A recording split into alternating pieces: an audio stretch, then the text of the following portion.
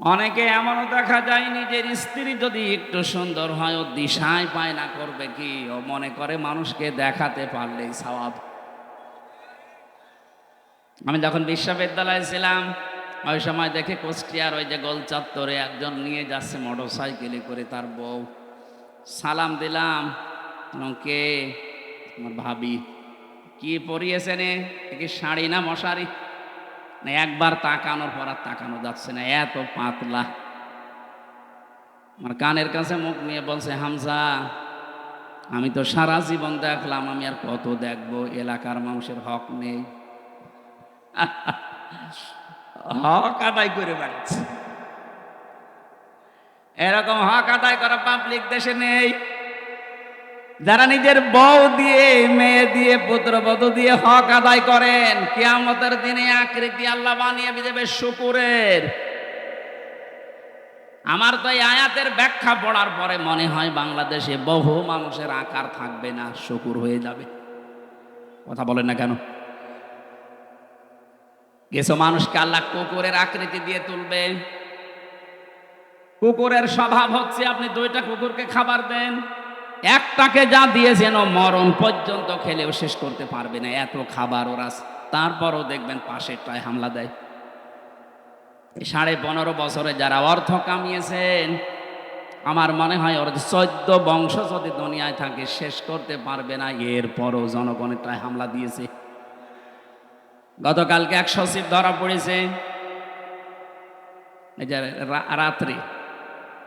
এত টাকা পয়সা আপনি পেলেন কোথায়?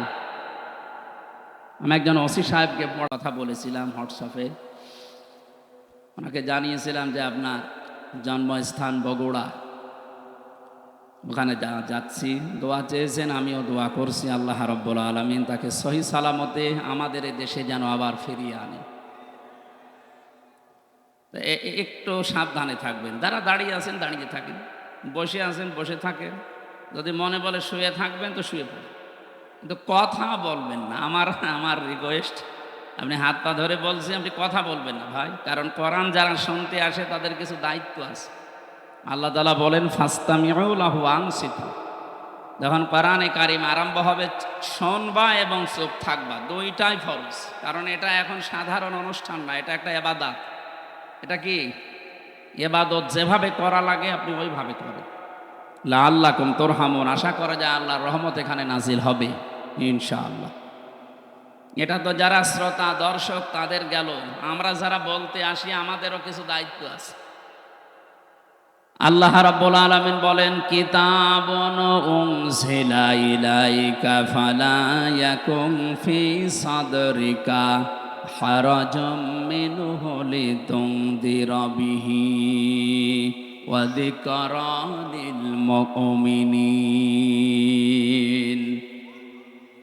আল্লাহ বলেন, এই যে একখানা কিতাব, এটা আপনাকে আমি দিয়েছি। এই একটাই মাত্র কিতাব পৃথিবীতে পাঠিয়েছি, বাকি যা দুনিয়ায় পাঠিয়েছি সব এই কিতাবের ব্যাখ্যা। প্রশ্ন আসতে পারে, বড় বড় আসমানি কিতাব আছে এখনো 3টা, ছোট সহিফা আছে 100টা, ওইগুলো ওগুলো কিতাব, কিন্তু কিতাবের ব্যাখ্যা। এটা নাজিল হওয়ার আগে যত কিতাব, যত বই বলেন, পুস্তক বলেন, আল্লাহ দুনিয়াতে পাঠিয়েছেন, প্রত্যেকটা কিতাব এই কিতাবের ব্যাখ্যা করার জন্য এসেছিল। সূরা ফাতিহার ভেতরে আল্লাহ যা দিয়েছেন, পুরা তাওরাতের ভেতরে আল্লাহ তাই দিয়েছেন, পুরা ইনজিলের ভেতরে আল্লাহ যা দিয়েছেন, বিসমিল্লাহর ভেতরে আল্লাহ তাই দিয়ে দিয়েছেন। আর সহিফার কথা আমরা জানি 100টা। হযরতে ইব্রাহিম, হযরতে শীষ, এই সমস্ত নবীদেরকে আল্লাহ সহিফা দিয়েছিলেন।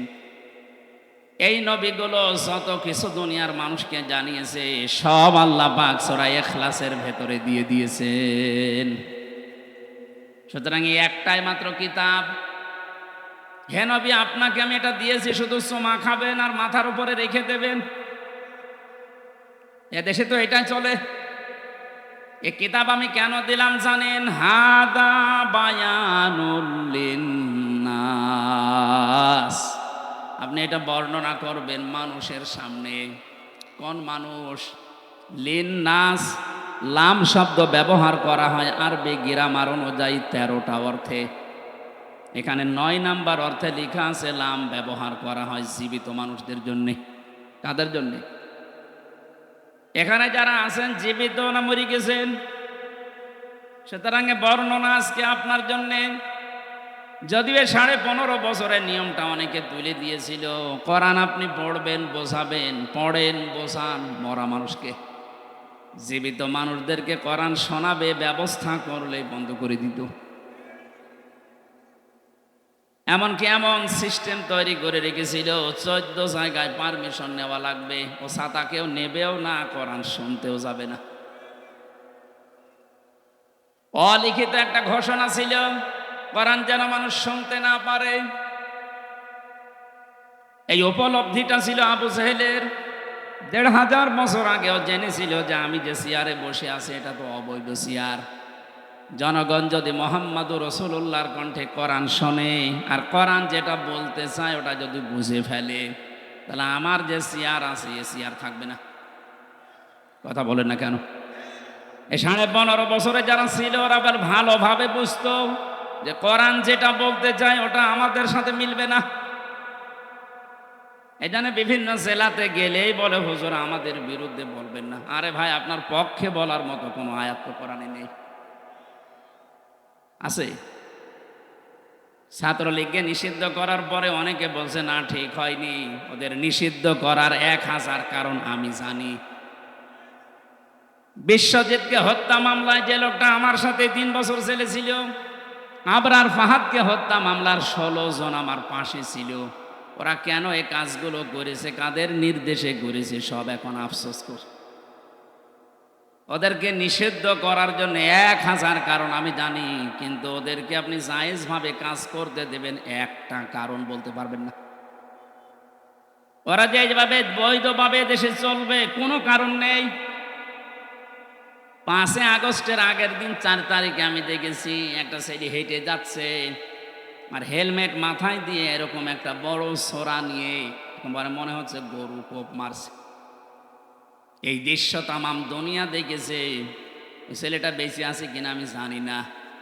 এরপরও আপনি কোন বিবেকে বলেন যে ওদেরকে নিষিদ্ধ করা ঠিক হয়নি?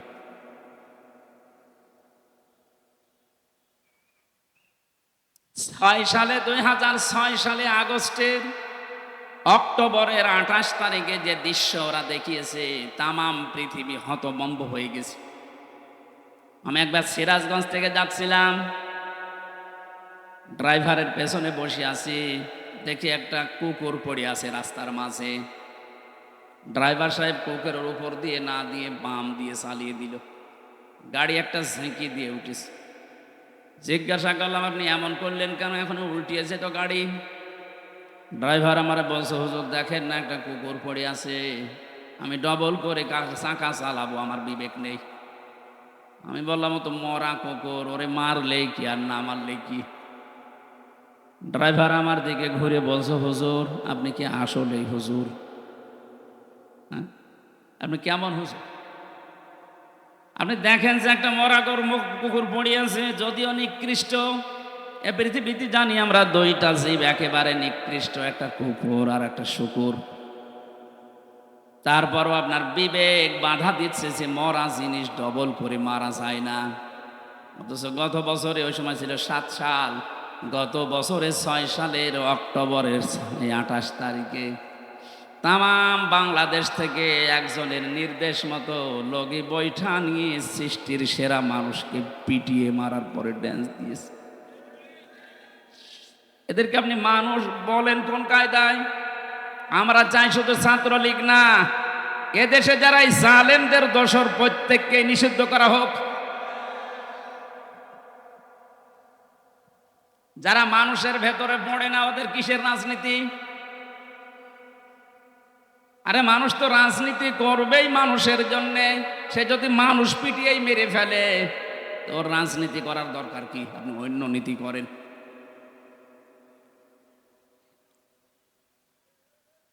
বগুড়াবাসী আমি যেটা বলতে চাই, লিন নাস আল্লাহ দিয়েছেন, লাম ব্যবহার করা হয় জীবিত মানুষদের কারণে। সুতরাং কোরআন শোনানো লাগবে, কোরআন বোঝানো লাগবে জীবিত মানুষকে না মরা মানুষকে? আমরা এই সিস্টেম পাল্টাতে চাই। মানুষ মারা গেলে দেখা যায় উনি ডাক দিয়েছে 10 জন হাফেজ মনে কোরআন শরীফ পড়েন, ও মরিয়ে গেছে, পড়ি করবেন কি? ওর জীবনটা যদি কোরআন কেন্দ্রিক চলে তাহলে মরে গেলে পড়া লাগবে না, কোরআন তাকে সুপারিশ করবে। আর জীবন যদি চলে উল্টা পাল্টা, এই যে দরবেশের মতো 36,000 কোটি টাকা মারিংকাটি করিস, ওর সামনেও মরে গেলে কোরআন পড়লে ওর আযাব আরো বাড়বে। যখনই আপনি সুদের আয়াত, ঘোষের আয়াত, মানুষের টাকা আত্মসাতের আয়াত আসবে, হাফেজ সাহেব তো পুড়িয়ে যাবে। গজবের ফেরেশতার ওর লাশের চারিদিকে থাকবে, জিজ্ঞাসা করবে বেটা কি পড়ে কোরআন দিয়ে, এটা তোর জীবনে ছিল? তার মানে ছিল না। ফেরেশতারা বলবে যাক আমাদের মনে ছিল না। কথা বলে না কেন? পাগলকে যদি বলা হয় নৌকা নাড়াবি না, ও বলে আমার মনে ছিল না।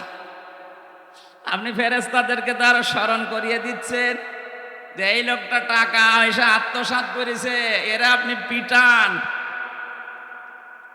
এই জন্য আমরা চাই এদেশে কিয়ামত পর্যন্ত 96% মুসলমানের দেশে কোরআন শরীফ চলবে, এটা গোপনে না, ওপেনে। বলেন কেউ যদি বাধা দিতে আসেন তারপর পরিণতি হবে ওই জালেমের মতো। এই জন্য কিতাব একটাই, মরণের পরে মানুষকে যে আমরা সবাই জানি যে প্রশ্ন করা হয় 3টা না 4টা প্রশ্ন করা হবে। হ্যাঁ, আপনি আমার সাথে বেশি জানেন। এইটা আমার মনে হয় ঠিক হয়, এটা নামিয়ে দেন। যাচ্ছে ফ্যান দিয়েছেন কোথায়? ওপরে। বগুড়ার লোকের আছে। বগুড়াবাসী প্রথম প্রশ্ন করা হবে মার রব্বুকা অমাদিনুকা। বিশ্বনবীকে সামনে এনে বলা হবে মান হাদার রজুল, এই লোকটা কে ছিল? এই 3টার জবাব যদি কেউ সঠিকভাবে বলতে পারে, রব্বি আল্লাহ দীনুন আল ইসলাম হাদা নবিয়ুনা মুহাম্মাদুর রাসূলুল্লাহ সাল্লাল্লাহু আলাইহি ওয়াসাল্লাম, সঙ্গে সঙ্গে ফেরেশতারা বলবে আল্লাহর বান্দা এগুলো পেলে কোথায়? ও বগুড়াবাসী, আপনাকে 4র্থ নম্বরের প্রশ্নে জবাব দেওয়া লাগবে আমি কোরআনে পেয়েছি। কারণ ফেরেশতারাই একটা কিতাবই চেনে। আপনি যদি পৃথিবীর কোনো বইয়ের নাম বলেন যে মাইকেল জ্যাকসন একটা বই লিখেছি, এই বইয়ে পেয়েছি, দাঁত মুখ যা আছে আরো খুলে ফেলবে। কারণ ফেরেশতারা মাইকেল জ্যাকসন চেনে। কথা বলে না কেন? 4র্থ প্রশ্ন যেখান থেকে জবাব দেওয়া লাগে তার নাম কোরআন শরীফ। এইটার সাথে যদি আপনার সম্পর্ক না থাকে আপনি জবাব দেবেন কি দিয়ে? তাহলে আমার মূল প্রথম পয়েন্ট ছিল কিতাব, একটাই মাত্র কিতাব, উনজিলা ইলাইকা, হে নবী আপনাকে আমি দিলাম। কেন দিয়েছি জানেন? ফালা ইয়াকুন ফি সাদরিকা হারাজুম মিনহু লিতুনজিরা বিহি। এই কোরআন দিয়ে যখন মানুষদেরকে সতর্ক করবেন, আপনার মনের ভেতরে যেন কোনো সংকীর্ণতা কাজ না করে। হারাজনের ব্যাখ্যা আমি 33টা পেয়েছি। হারাজন মানে ভয়, ভীতি, দ্বিধা, দ্বন্দ্ব, সংশয়, সন্দেহ। 33টা অর্থ লেখা আছে তাফসিরে। আপনার মন থেকে এগুলো সব দূর করে কোরআন প্রচার আরম্ভ করবেন। ঘন্টার পরে ঘন্টা কথা বলার দরকার নেই। এ পৃথিবীতে বিশ্ব নবীর মতো এত বড় বক্তা, এত বড় মুফাসসির মাত্র 27 মিনিট কথা বলেছিলেন। এই কথাটা নিয়ে কিয়ামত পর্যন্ত মানুষ চিন্তা ভাবনা করছে, এখনো কুল কিনারা পাচ্ছে না।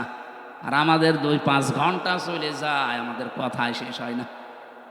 কারণ আমাদের কথার ভেতরে তো কোনো মাল নেই। কথা বলে না কেন? নবীজির এক একটা কথা নিয়ে চিন্তা হচ্ছে, গবেষণা চলছে। বিদায় হজের যে 27 মিনিটের ভাষণ, এখনো পর্যন্ত মানুষের কোল কিনারা করতে পারেনি যে কিভাবে নবীজি এত সুন্দর করে সাজালেন।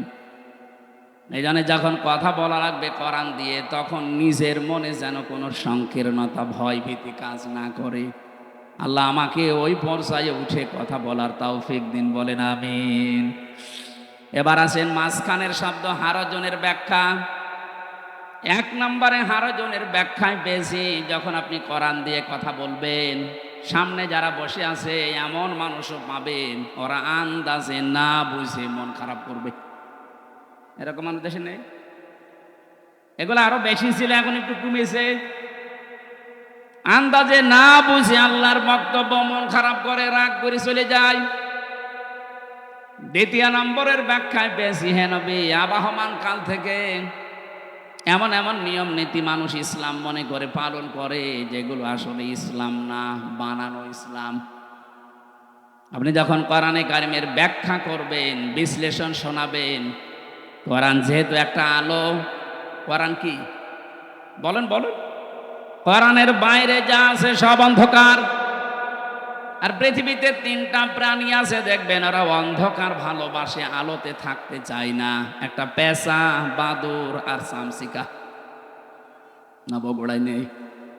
এরা দিনের আলোতে বের হয় না, রাতের আধার যখন বেশি হয়, অন্ধকার হয় বেশি, তখন বের হয়। বের হয়ে স্থির থাকে না, মানুষের ফসল নষ্ট করে। একলা বসেন কেন? বিভিন্ন জিনিসে হানা দিয়ে ওগুলো নষ্ট করে ফেলে। এই জন্য ওদের নামও দেখেন এরকম ডিজিটাল নাম, পেঁচা, বাদুর, চামচিকা। নাম শুনলেই মনে হচ্ছে চেহারা মনে হয় একেবারে ঐশ্বরিয়া রায় হবে। পেঁচা নাম শুনলেই মনে হচ্ছে না চেহারা কেমন হবে? হ্যাঁ, কেউ যদি পেঁচা একবার দেখে ওকে আর একবার দেখতে মন চাবে। ওদের কাজ কারবার ওই রকম, খালি মানুষের ফসল নষ্ট করবে, কলা নষ্ট করবে, পানের বরজ নষ্ট করবে। দিনের আলো, সূর্যের আলো ওদের ভালো লাগে না, এই জন্য রাতের আধার ওরা বেছে নেয়, ক্ষতি করে মানুষের। এই পৃথিবীতে কোরআনের আলো, ইসলামের আলো, হাদিসের আলো যাদের ভালো লাগে না, মানুষের তৈরি করা নিয়ম নীতি যেহেতু অন্ধকার, শিরিক, বেদাত, জুলুম, কুফর এগুলো সব অন্ধকার, এগুলোর পথ তারা বেছে নেয়। শিরিকের মাধ্যমে, বেদাতের মাধ্যমে মানুষের দুনিয়ার ঈমান আমল নষ্ট করে। কিয়ামতের ময়দানে পৃথিবীতে যে যে ধরনের অপরাধী, ওই অপরাধের জন্য তার চেহারা আকৃতি আল্লাহ ওই রকম করে দেবে। ইয়াগরাফুল মুজরিমুনা বিসিমাহুম ফায়ুখাযু বিন নাওয়াসি ওয়াল আকদাম ফাবিআইয়ি আলাই রাব্বিকুমা তুকাদ্দিবান। বলেন আল্লাহু আকবার। আল্লাহ বলেন, অপরাধী যারা পাপিষ্ঠ ওদেরকে কিয়ামতে ওদের চুলের মুঠি ধরে আর পা ধরে আমি তুলবো, যেন অপমান বেশি হয়। আমরা ছোট ছোট বাচ্চাদেরকে দেখি যখন দোল দেওয়া হয়, দোল না যার গরিব মানুষ নেই, মার বাবা কেউ হাত ধরে দুইজন, কেউ পা ধরে দুইজন, এভাবে দোল দেয়। দোলে দোলে বলে না? কিয়ামতে ফেরেশতারা এই পাপিষ্ঠ মুজরিম যারা, যে সেই ধরনের অপরাধী ওর চেহারার ভেতরে আল্লাহ এটা ফুটিয়ে তুলবে। ওই চেহারা নিয়ে কেউ হাত ধরবে, চুল ধরবে, কেউ পা ধরবে, এভাবে দোলে দোলে এক দোলে দেবে জাহান্নামের মাঝে। এখানে আমার শিক্ষা দেওয়ার বিষয়, যারা দিনের আলো, সূর্যের আলো না ভালো লাগার কারণে অন্ধকারের পথ বেছে নিয়ে ওদের নাম ওলট পালট হয়ে গেছে। আমরা দুনিয়াতে যারা ইসলামের আলো, কোরআনের আলো সহ্য হয় না, এ চেহারা যত সুন্দর হোক, আল্লাহর কসম এ চেহারা থাকবে না। দুনিয়াতে যে যে ধরনের কাজ করেছেন ওই চেহারা আপনাকে আল্লাহ ফুটিয়ে তুলবে। পৃথিবীতে দেখবেন এই যে শুকরের কাজ কি? নিজের মেয়ে, ছেলে, বউ এগুলো নিয়ে যায় এক জায়গায় বসে বসে আর একজনের সাথে গল্প করে, আর ওগুলো সব কচু খেতে ছেড়ে দেয়।